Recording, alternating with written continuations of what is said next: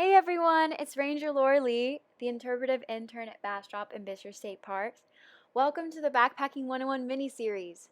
Today we're going to be talking about what gear is needed for your backpacking trip. So we'll be covering trekking poles, backpack covers, first aid, portable chargers, mess kits, pillows, cooking system, water filtration system, sleeping pads, and we'll be talking about a special feature, so make sure to tune in for that. And that'll be everything for part 1. But in part 2, we'll be talking about tents, survival kits, sleeping bags, rain gear, headlamp, GPS, compass, and a few other things. So make sure to tune into that video as well. Y'all ready to get started?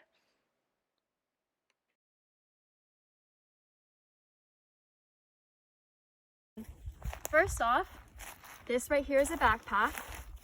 Shocker, I know. And I'm going to have a question for y'all. So if this is 1 liter, how many liters do you think this guy is? Give you a good look. So it's all the width. Yeah. What do we think? Earlier I guessed 60. That's a really good guess. This one is 65 liters. So close. Super close. This is the traditional, I would say, backpack capacity. It's really great because you can go, 1 night in it with a limited amount of things, or you can go up to 10 nights in it. I know through hikers, as I mentioned in the last video, people that do these really long, thousands of mile long hikes, the Appalachian Trail, Pacific Crest Trail, stuff like that. They use 65 or less, some of them. So that's the first thing you have. And then these are called trekking poles. And these come in really handy on a multitude of terrain because when going downhill, they're like your 4th feet and you don't have to do much to be able to use them. You just set them just like this. And then if you're going uphill, they act as really good stabilizers as well when you're needing to go up. So these have saved me a number of times from some pretty nasty falls. Looking at this guy, he's pretty big, and whenever you're on a ledge, and if you lose your balance whatsoever, it's really nice to have some stabilizers so you're not falling off the edge. I'm sure it helps whenever you're not used to a pack and then kind of throwing your weight off a little bit and your balance off. Exactly. I started off without these, and I remember getting them for the first time and I was like, this is a dream. And those can come in a lot of different forms, like yours expand and then go down. So Yes. They don't always have to be kind of in your way if you're not using them. Exactly. So these can expand down like this and then can easily be attached to the backpack. Most backpacks have something like this. You just pull it nice and tight. Ooh, that's convenient. Right, just on the back like that. So if you're not wanting to use them or you're just wanting to put them up, they can attach right there. They can also attach down below. You can put them inside. They pretty much go anywhere. And they're adjustable to your height. So depending on where you want them to be. I'll show you with this guy right here. This is actually a little bit tall for me right here. I would probably put him down. They have little markings along the sides. So I would probably put this guy down to about 110. Generally, you want it just right about belly button height. Oh, okay. So they're right there, not too tall. Nice. And get around. But yeah, this fits all sizes of people. And these are flash carbon for women. There are plenty of other kinds. Just one disclaimer getting into my gear is that this is all my personal preference over years of trying out different gear and what I like to use, but there are all kinds of brands, all kinds of price ranges. So don't feel pressured if I have the flash carbon that you need to get it too. Digging into the pack. I will walk us through, turn this big boy around. So first thing, the brain. The brain. The very top of the pack. Do you know why it's called the brain? So what's really crazy is it's kind of the nucleus of the backpack. I mean, it holds a lot of the most important things you need in the moment. There you go. You know, like for example, I'll keep my phone here sometimes, or I'll put it down in one of these pockets. These should be your most accessible items put in here. And then I have my backpack cover. So this is really good to have handy because you never know. Sometimes in these, especially more like mountainous forest climates that do get more rain, a storm will sneak up on you, and you want to make sure that all of your gear is dry. So this is an 80 liter. I generally say go at least 10 liters heavier or larger than your pack size, because a lot of times I don't have anything attached right now, but if you're carrying extra stuff, you'll have stuff attached and you want that extra room for it to go over. That is great advice. I think my backpack came with one that was for its size, and it was really hard to squeeze it on there. Right, and that's the worst feeling when you're in a rainstorm and you're trying to squeeze it on and save all your stuff from getting wet. I've been through that too. And then here, it's my first aid kit. This is a group first aid kit. You should not personally have one this large unless it's for the whole group. I will be going more in depth on what these contents are in here in another video, so you can kind of see what you should take out into the backcountry, especially if you're in a group. But if you are just going by yourself, something about this size, maybe even a little bit smaller, and I'll even talk about what you can put in here for you personally. But the reason why we have this is up top is like these others, you want to be able to get to it quickly if the time arises. And then I have a little Goal Zero. This is a little charger. I used to be against this, but I love pictures. I love pictures too. And I realized that my phone would only last a couple days generally with how much I take pictures. So this and your phone charger cord will set you up. This will give you at least a charge and a half. I second that. They make a lot of different kinds. Like I have one that is a solar panel that you can unroll, and then it hooks up to your backpack, so while you're hiking during the day, you just have it sitting on top. And it does take a really long time. You'll have to take the whole entire night almost to charge it back up. I think it takes like 8 hours to fully make it charge up your phone, but it helps. I have some electrolyte tablets. These are great, especially in hot climates or not. You're just exerting yourself a lot in backpacking in general. What flavor is that one? So this one is lemon lime. Lemon lime. If there's any Noon fans out there, tell us what your favorite flavor is. Delicious. But yeah, those things that you can just pop in a little smart water bottle. And they really do help if you're feeling pretty tired, pretty low energy. They get you where you need to go. Then I have some Dr. Bronner soap. This is great. It's small. You can use it to clean your hands, wash your dishes. If you take showers in the backcountry, I've known people to use this for their showers too.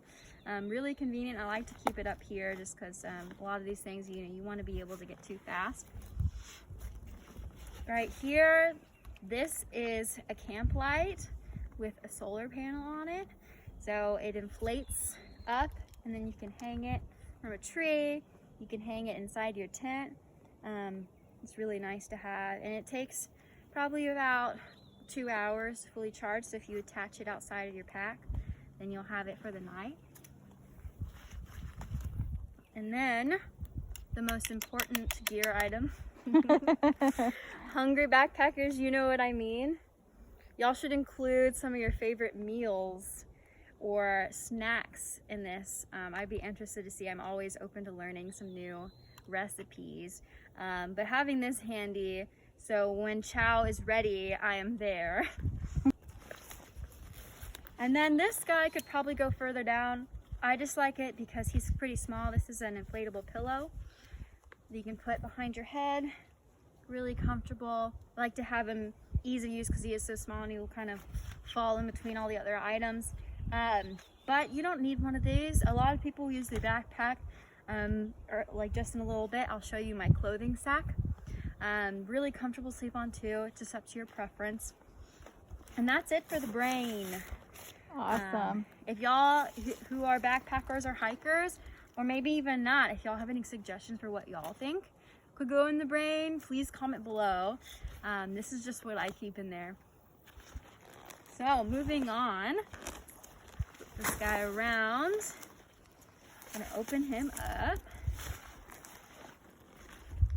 At the very top, you want about medium weight stuff comparative to the rest. Usually things that you want to be able to get to pretty quickly, but not as quickly as these other items. So for example, this is my clothes sack. So if I were to be preparing for my trip in Colorado, I have various things in here that would be warm weather clothing that would prepare me for that.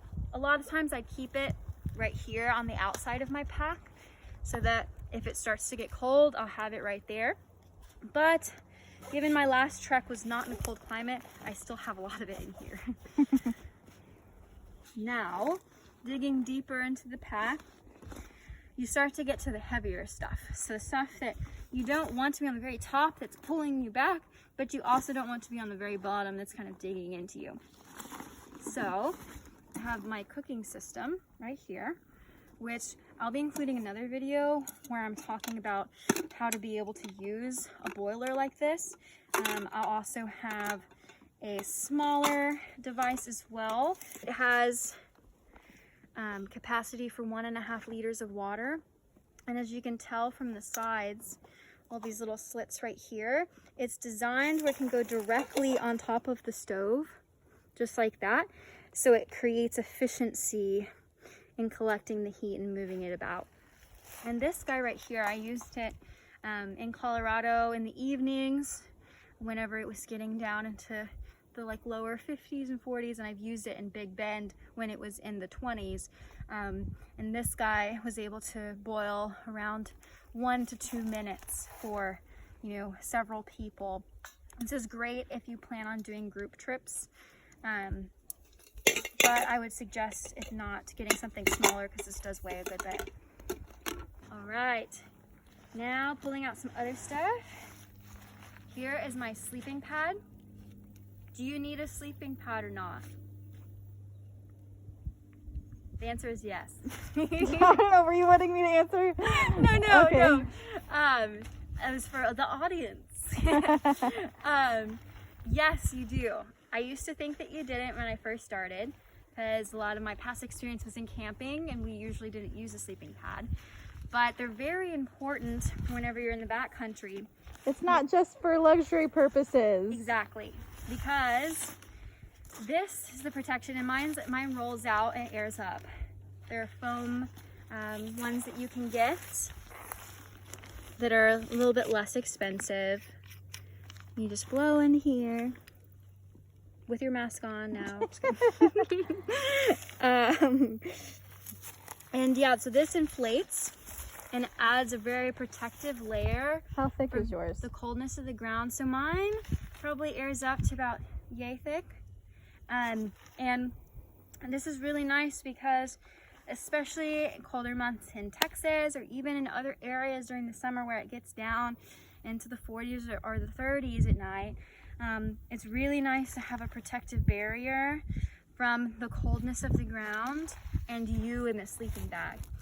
A lot of times, if you're just sleeping on the ground, well, pretty much every time, even if you have the best sleeping bag there is out there, if you don't have a layer that's able to absorb that cold air current coming up into onto your back and into the sleeping bag, you're going to be cold, and it defeats the purpose of the sleeping bag. So in addition to comfort, these are great just for temperature control. Hear that? Yeah. There's a little bit of air coming out. it works. There's some that are nice and they like air up on their own when you open it. So this one, if you lay it completely flat, it'll slowly air up. See, that's luxury. Right. I mine you have to blow up, but that's okay. It only takes like a minute or Yeah, two. I usually get impatient and just blow it up myself. Or this little piece right here connects to here. I'll show you this because this is something that was interesting. And it pops on like that. And so once you pop it on, then you take this right here and you roll out the mat, of course. And you take this, you let it fill with air, you push it down. What? Here. Yeah, it's pretty neat. That is neat. And it doubles as its sack too, which is really nice. A lot of backpacking gear, as you start to become more familiar, realize that it has multiple purposes, which is nice because you don't want to carry a billion things on your back.